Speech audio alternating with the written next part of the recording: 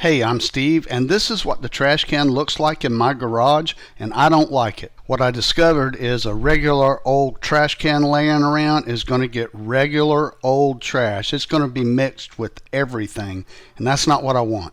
I only want trash that can be recycled in this trash bin. So I bought this United Solution recycling bin to serve as a reminder to everyone, a visual reminder, hey, this is for recyclable stuff only. I really like this recycling bin, especially with a swing top lid.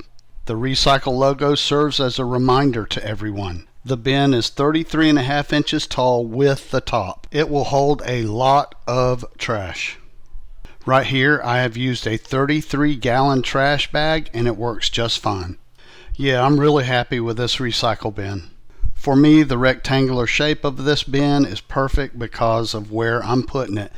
Absolutely perfect. Alright y'all, I like that trash bin, and I think the fact that it's blue, it's got the recycle logo on it, it's going to make everybody here in my garage, especially when we're cooking on the grill and things like that, make them a little more conscious to recycle their stuff. So if you're looking at it, I hope you enjoyed the video and I hope it was helpful.